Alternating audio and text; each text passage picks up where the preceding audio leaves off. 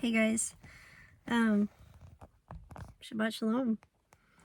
It is Shabbat. I try to avoid posting on Shabbat, and my plan is to not post this and not have this play until after Shabbat.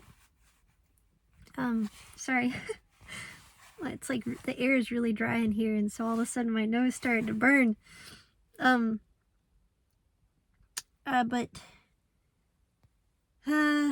I've just been really weighted because of things going on, but there's like a sense of change. I know you guys are probably aware of what's going on in the world, very much aware. There's just so much happening. The most recent thing among all the stuff happening, but the most recent thing that is truly tragic is the earthquakes in Turkey, Syria. So many people having died, but when we think about the scriptures where it says that you will hear of rumors of war, which we are hearing of, and earthquakes, which is happening, it's no surprise. I mean, there's always been earthquakes happening, but earthquakes of this scale, there's actually been quite a few earthquakes too throughout the world, but all of this happening, all so closely, it's a little bit different of a story. So the signs are there for sure about the Lord coming back, and I believe that, plus a lot of heart matters that have been on my heart, have really just kind of weighed on me, and I just feel tired, that happens.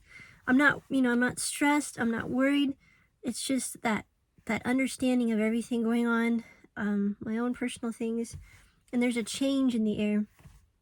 I don't know, beloved, what God has planned. I've been at this place where I'm at for a few years now, and it's been amazing. I've gotten to explore different things and do different things, and learning how to take care of myself. And I don't know what's gonna happen next. So this is what I was gonna talk about, though.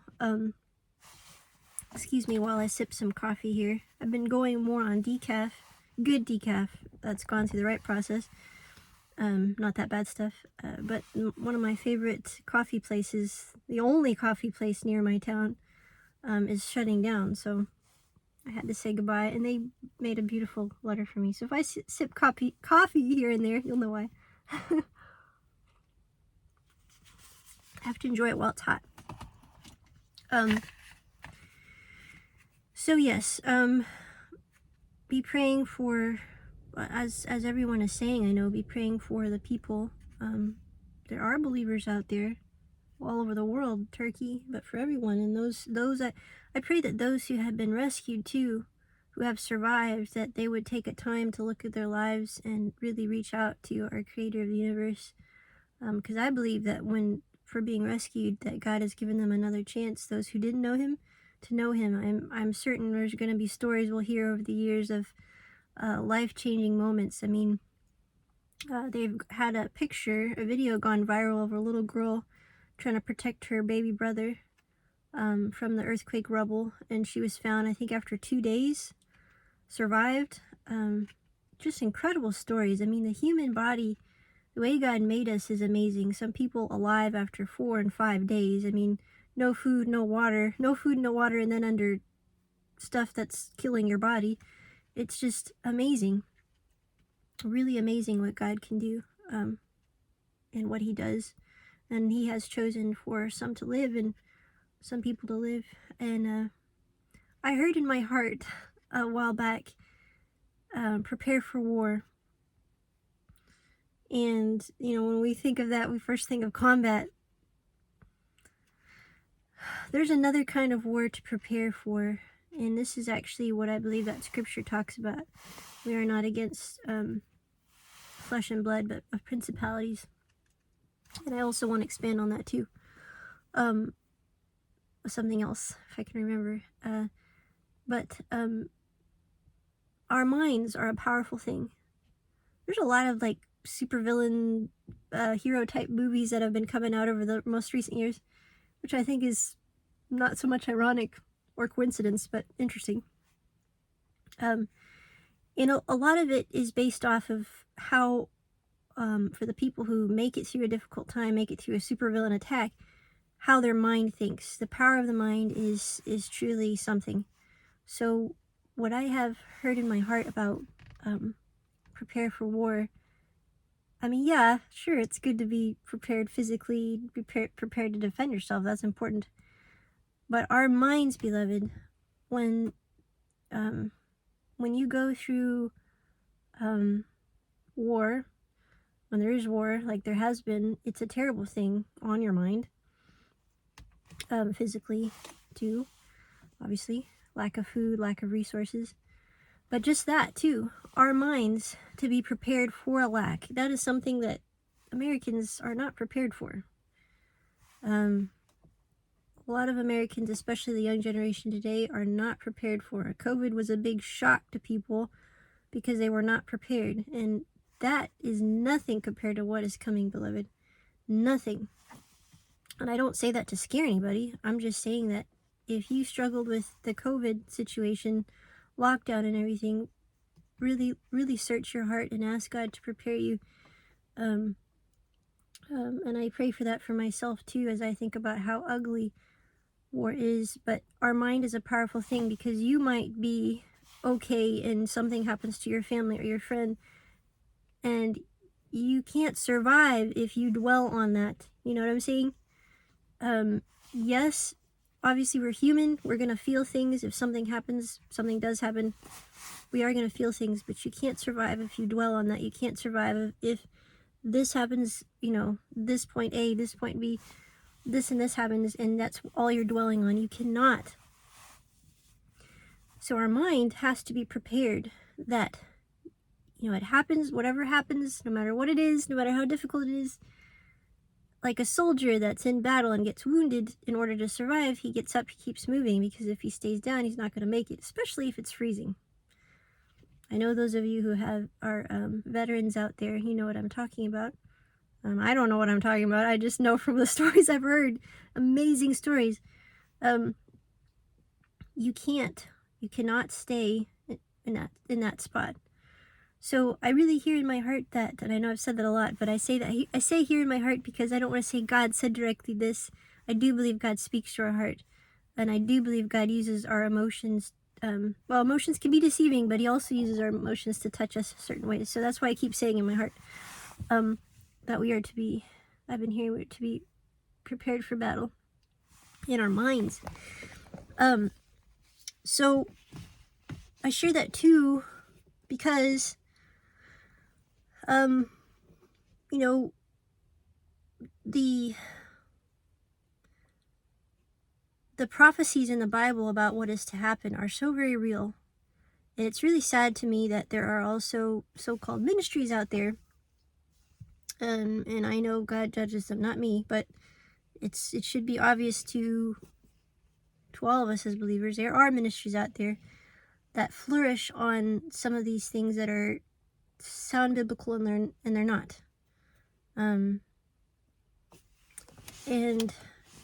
the reason why I know that is because instead of striking encouragement, it strikes fear.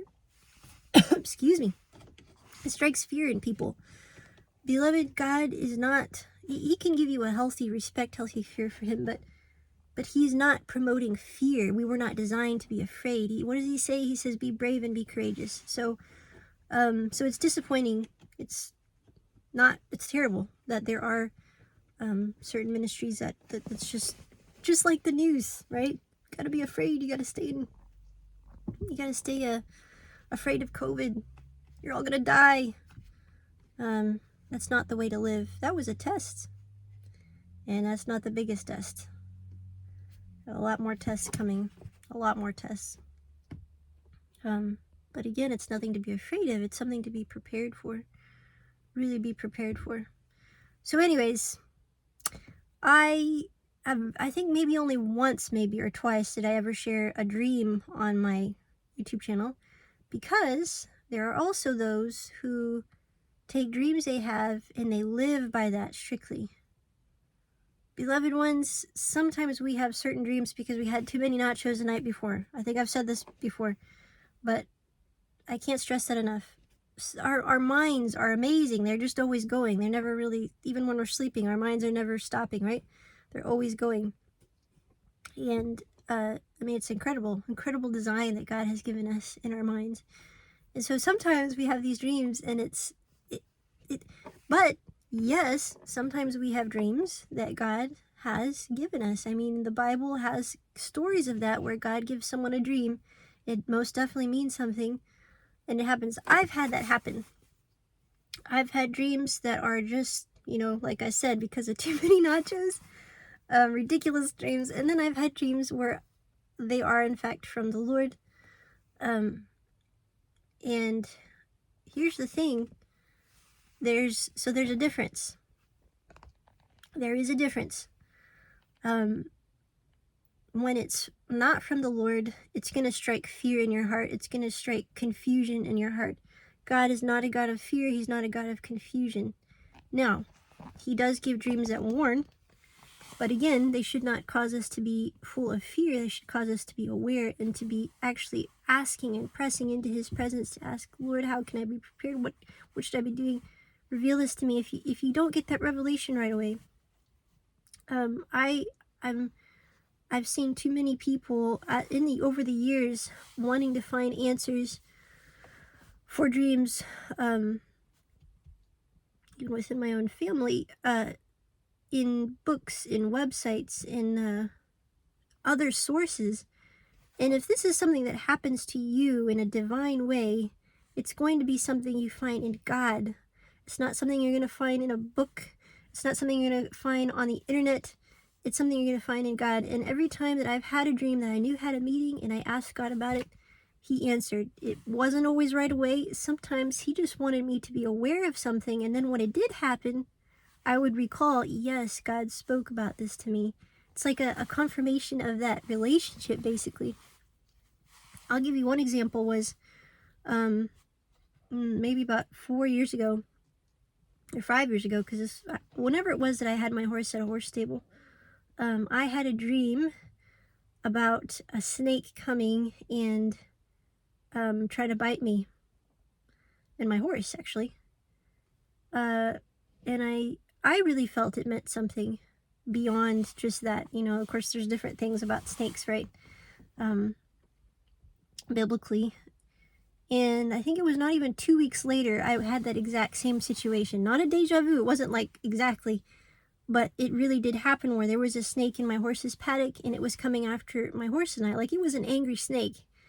It wasn't just like a little snake that slithers away or hides under stuff. It was an angry snake, and I was out there trying to kill it. And I did kill it. And I actually killed it with a stone. I'd found a big rock stone thing, and I dropped it on its head. I was thanking God because I remembered the dream that I had, and I knew that it was not just that situation too. And the rest of that was revealed in time, because it turned out that my family ended up going under spiritual attack, spiritually. And of course, I ended up losing my mom too.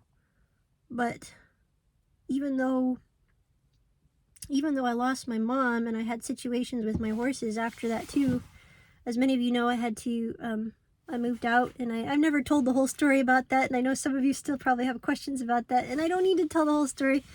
That's really between God and I, but just know this, that a lot happened, and God shared that with me, and he helped me really so much. Him and other people, particularly one and a couple people in my life, helped me get through that time. Excuse me, need some more coffee.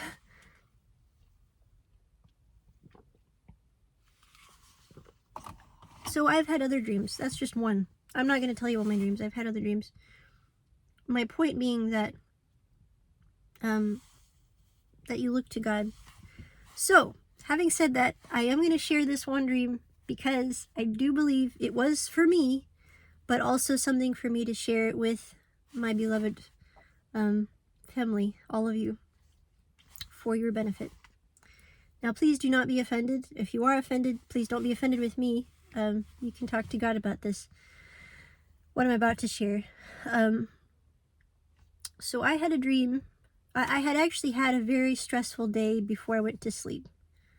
I'd had a great day, but then I had a stressful, very painful conversation where I'd had such a great day, and then I got a call, and it was like everything in my world was just turned upside down.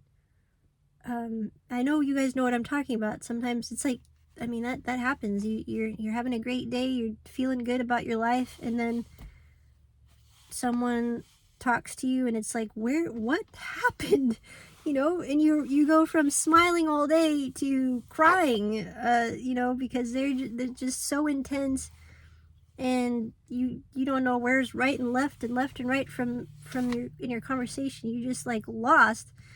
So that did happen, but God also reminded me that there's just a lot of things that, again, to be prepared, that I need to know about myself, and let myself heal, so that when I am in that situation again, I am reminded that this doesn't belong to me. This is not something for me to defend myself. This is something that belongs in God's hands for me to be calm and quiet about.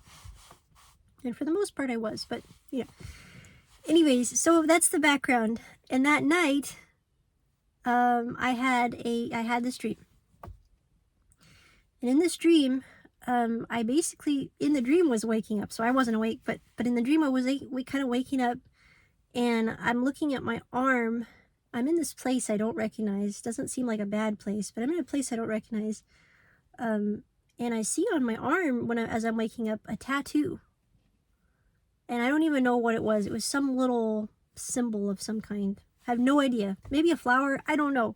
I really don't know. All I know was I did not remember getting it. I didn't remember anything about this tattoo at all. And that was freaking me out, because I was like, I don't remember. I don't remember how, when, what? How did I get this tattoo? And then as I was looking at it, I thought, well, you know, I was kind of looking at it, admiring it, like that's kind of cute. You would think that I would remember what it really was, since I was admiring, but I don't. Thank goodness though. I don't remember. But I started right away. I mean, I'm still frantically wondering, how on earth did I get this and I don't remember, and where am I at? Which is a terrible feeling. It's kind of like how I imagine people who've had overdosed or had too much drink. Thank God I've never had that happen, but that's what I was experiencing. I was like, this must be what it's like to be so unaware of where you've been, what's going on. And in that, I was trying to justify having this tattoo. Almost like it was something, like I felt so, I really did feel also sick to my stomach about it. Like I really did. In the dream, I felt sick to my stomach that I had this tattoo.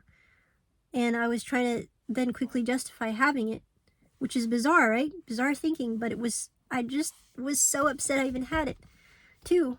And upset that I didn't remember. So, it does say in Leviticus, Yiskah, to not tattoo yourself, gouge yourself, specifically not to cut yourself for the dead.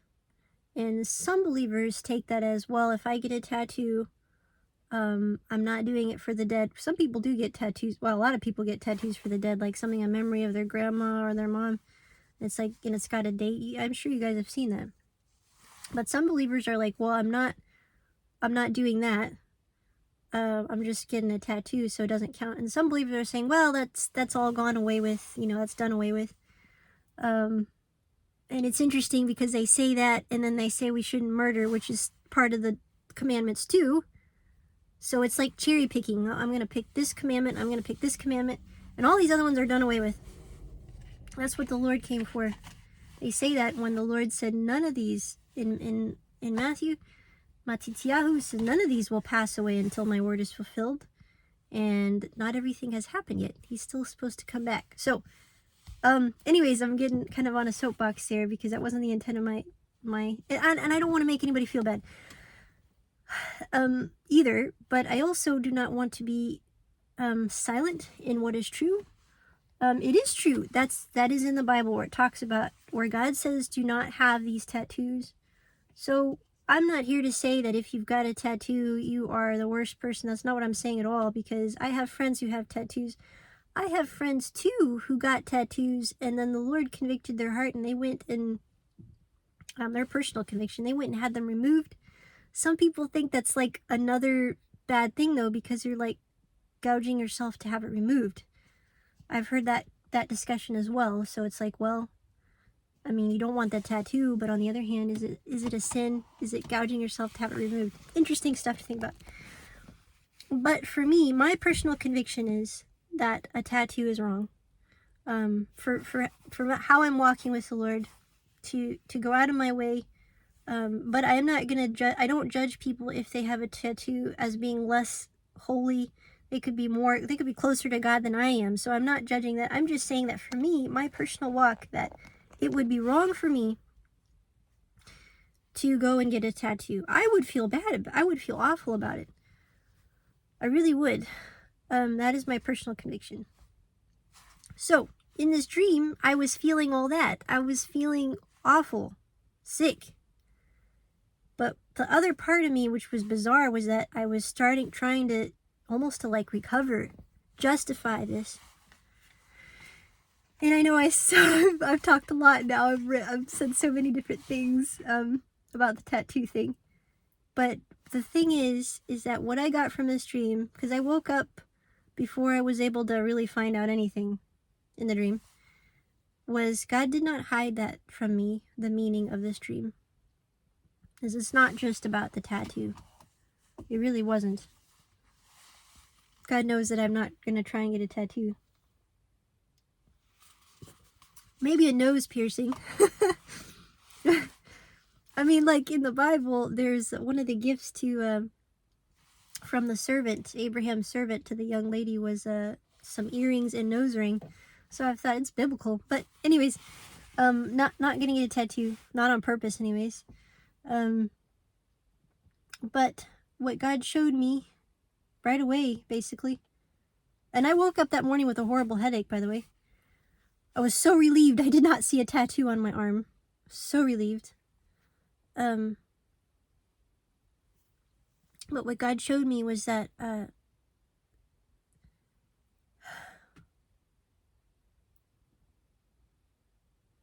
this is something that really spoke to my heart deeply, is to be aware, and I know this is important for all of us as believers, is to be aware, because a tattoo is nothing compared to the heart issue, to be aware that we are not trying to justify sin, or just, to be so in this world and so connected to it that we don't even realize it. And I don't go to clubs, I don't go drinking, I don't do all that. But it doesn't matter. It's a heart matter. I could be in my home all the time, reading my Bible all the time, and my heart could still be in the wrong place. And I could let things slip and slide. And so that's what God was showing me, was that not to be in that place where I am just like assimilated, sort of, if that's the right word, where I'm like, because, well, how can I put this? I mean, right now the culture among believers has become where it's like all these changes that are happening, it's normal, it's okay. There's such a stress now on churches to be accepting of the LGBTQ community, marriage, man and man, woman and woman. And, I love people. I love all people, even if they struggle with their identity. But beloved ones, that is not from God. It's in His Word. It is not from God to be confused. These are confused people, beloved ones. These are people not to hate on. These are people to love. Love with all your heart, and understand that they are lost. They are confused. God designed us a certain way. God made us a certain way. And yes, it is true. Some people are born differently. Some people are born with, in their bodies, some have certain hormones, more hormones, not enough, this and that. They're born differently. But the principle of what we are supposed to do, our actions, God has been specific. Just because you have a craving for, let's say, drinking alcohol, God isn't going to say, okay, drink as much as you want. He's going to understand your difficulty, but he's going to say, you can do this. You have the strength with me to overcome this. And just like anything, like, and I've talked about this before, any sin, any kind of sin, God can help you overcome. And it can be, sexual sin. God can help you overcome that. You can't do it by yourself. You can't. But with God and with some awesome people to also be your accountability, it's like any addiction. And so, but we're in a society now where more and more churches, more and more congregations are being accepting of marrying men to men, women to women, because they're saying we're with the times, we're with the times. This is not a new sin. This is something that's gone on for thousands and thousands of years. Men craving men, women craving women. It's something that's gone on for thousands of years. It's sin. Sin is sin. And everything else. That's that. But there's other things. There's other ideologies. The whole, you love God and you love God, and yes, your God is Buddha and your God is Allah, but they're all the same God. That is also creeping into, it has been for a long time, into congregations today. And again, I can't stress this enough. I'm not trying to judge you if you've got a tattoo, but the importance of this dream being the meaning behind it, the symbology behind it, to not let your life slip into the rest of this world. And I can't stress that enough now, because now things are going to get more difficult. As I shared the other day, a woman in Alaska was taken to a psychiatric ward for having become a believer because her family thought she was crazy. That sounds crazy, especially for the USA. But what is to set us apart from the rest of the world when we come into these times where our faith is tested? Are we being different? Are we keeping God's commandments? Are we loving him as much as we should? Or are we assimilating? Because remember, this is actually what happened with the people of Israel. When they were brought out of Egypt, they were already assimilated into the culture. I mean, they'd been there for hundreds and hundreds of years in Egypt, and the culture of Egypt was very was filled with idolatry. No coincidence that the cattle, the animals, were affected with the plagues as they were, because Egyptians had a heavy worship of creatures, animals. In Hinduism, or the Hindu community, major Hindu community leaders were saying that for this Valentine's Day, should hug a cow.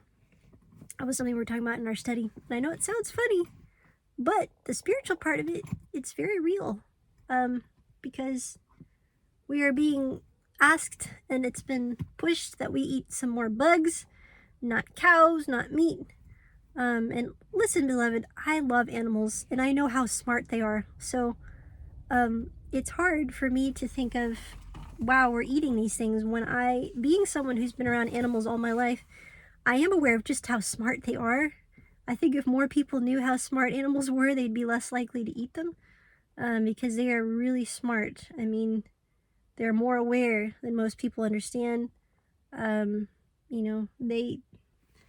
really are. But here's the thing. God did give us the animals to take care of, to nourish us. And when we do eat the animals, we are not supposed to take it for granted. It's supposed to be something very spiritual, really. It's something very I don't know if spiritual is the right word. It's something very intimate with God because it's a symbol of what God did for us. He's the Lamb. One of the things that I'm planning to do this spring that I'm very excited about, as I want to do more worship music, more ministry, music ministry. And so I don't know how I'm going to do all this, but I do believe this is the time now that this spring, I'm going to get, that's my plan, God willing, to get 2 baby sheep, and start a flock. Because I believe that God has something to share with me. It's something I've always wanted to do since I was little, actually. I've always wanted to have a flock of sheep. It kind of goes with the whole harp and King David shepherd thing. But I do believe that when I get the sheep, God is going to teach me some things that I've never learned before. I just really feel that. I really believe that. And that actually is going to help with the music ministry, I believe. So that's something I'm going to do. And the plan is, with the first 2 sheep I get, a girl and a boy, it's going to be my starting flock, and I'm not going to eat those. But their offspring, what I get from them is going to be my meat. And it's going to be hard, guys. I know it's going to be really hard. And as hard as that is, I need to be aware of just what it's like, what my sin does, assimilation does to God's heart, okay? If I compare it like the slaughtering of an innocent lamb, what does my assimilation, my looking away from God, not being closer to Him, what does that really look like? I believe God's going to show me a lot of things with these sheep. I'm pretty excited about it, but praying about it too, because right now I had 2 jobs. I've got the one job. It's a good job, but it's a good job in terms of what I do. I really enjoy it. But it's not I don't have good pay. So I'm praying about that too. You guys can be praying about me for that. Because I need to start, before I have my sheep for meat, I need to have money to start my sheep. And for those of you who have joined my homestead channel, thank you. I'm pretty excited about that. I'm really excited about that. You guys are awesome. I really thank you guys for listening to all this right now. I know I've talked about a lot. I've said a lot. I've had all this like up in my heart, and I haven't shared it. I've wanted to share it. I want to talk about all this. But I don't want to get off track too. So yes. I mean, it's all connected, but as far as I started to talk about the worshiping in Egypt, the assimilation, that was my point though, was that going back to that, the people of Israel had assimilated into Egypt, and there was a worshiping of the animals and this and that. Today, we have people worshiping animals like the Egyptians in the USA. PETA, we've got people, animal rights people they call themselves animal rights, and yet they're against humans, is what I'm finding out. So we need some human rights people out there when the animal rights people come out. The dogs out there are barking. So I say all this to you guys to say that it's gonna be all right. We just have to be aware. We have to be watching our King. We have to be mindful of our King. We have to be thinking about Him. Well, we're supposed to be thinking about Him all the time. Bringing Him into our everyday decisions. I've made a lot of stupid mistakes, done a lot of stupid things because I haven't brought Him into my decisions. Last year, I'll share this with you guys too. I enrolled for online school because I wanted to get my bachelor's degree. I only have like 2 years, maybe not even that much left for my bachelor's. And I had one difficulty after another. And some might say, well, why didn't you just press forward? Well, there was more to it. There was a lot to it, actually, because not only did I have the school situation going on, I had finance situations going on. I was working 2 jobs and then doing music almost every night on top of trying to do this school. And while I was having problems with a professor, an online professor, so the only time I see him is through a video chat thing, and it was like this bizarre dislike for me. No joke. And, you know, yeah, we rise above that, we overcome that, but basically I realized that no matter what, I was going to get flunked. That was what I got to. So last fall was pretty hard. I couldn't share it because I didn't even understand why these things were going on. Just know that it was hard. So I had saved money and I had sold, even sold my little mini dachshund dog that you guys saw so I could help pay for my school, but also because I realized her being an inside dog and I was gone a lot suddenly for the several jobs, that it wasn't fair to her. So there was that. It wasn't fair to keep her. The puppy I've got now, she's an outside dog, so it's not a problem. Anyways, but I sold her and did a lot of stuff just so I would have money for the school. I really didn't pray that much, or didn't. I don't think I did. I think I just kind of felt like this was where I was going at feelings again, because feelings can be misleading. That this is what God wanted me to do. It was not what God wanted me to do. Not this way, with that school. Because I lost money. I lost a lot of money for that semester, even though they did give me a scholarship. Thank goodness. Thank you, God. And so we need to, God did use that mistake and other mistakes I've made to teach me things. But we need to be like on guard, beloved. Really. With the decisions we make, because that hurt me big time. Took out a lot of finances and things.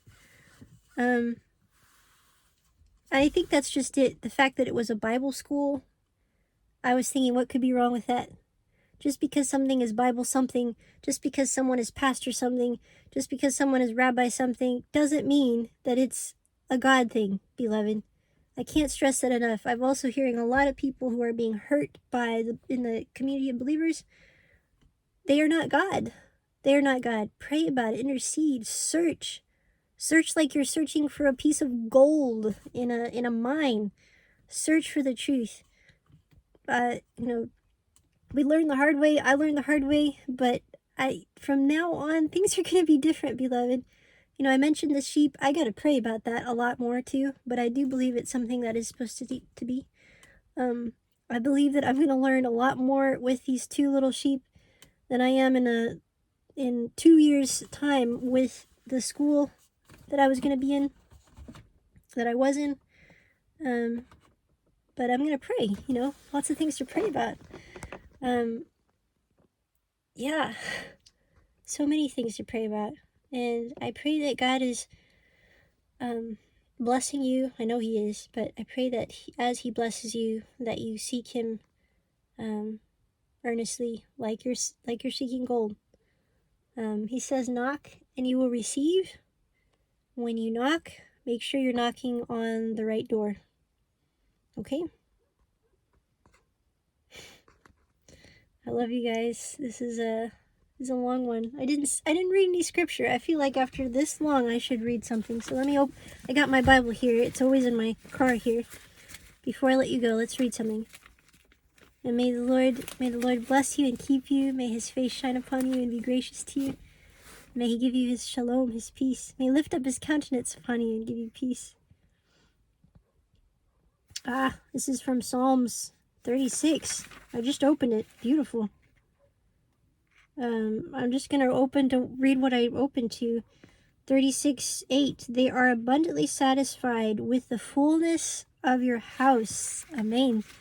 And you give them drink from the river of your pleasures. For with you is the fountain of life. In your light, we see light. Amen. Oh, continue your loving kindness to those who know you, and your righteousness to the upright in heart. Let not the foot of pride come against me, and let not the hand of the wicked drive me away. There the workers of iniquity have fallen. They have been cast down and are not able to rise. Amen. I love you all. Shalom, shalom. I'm recording this on Shabbat, so Shabbat shalom. But Shavua Tov when you see this, I think. A good week. God is amazing. He really is. He's so, so good. And he loves you so much. Don't ever question that or doubt that. Amen.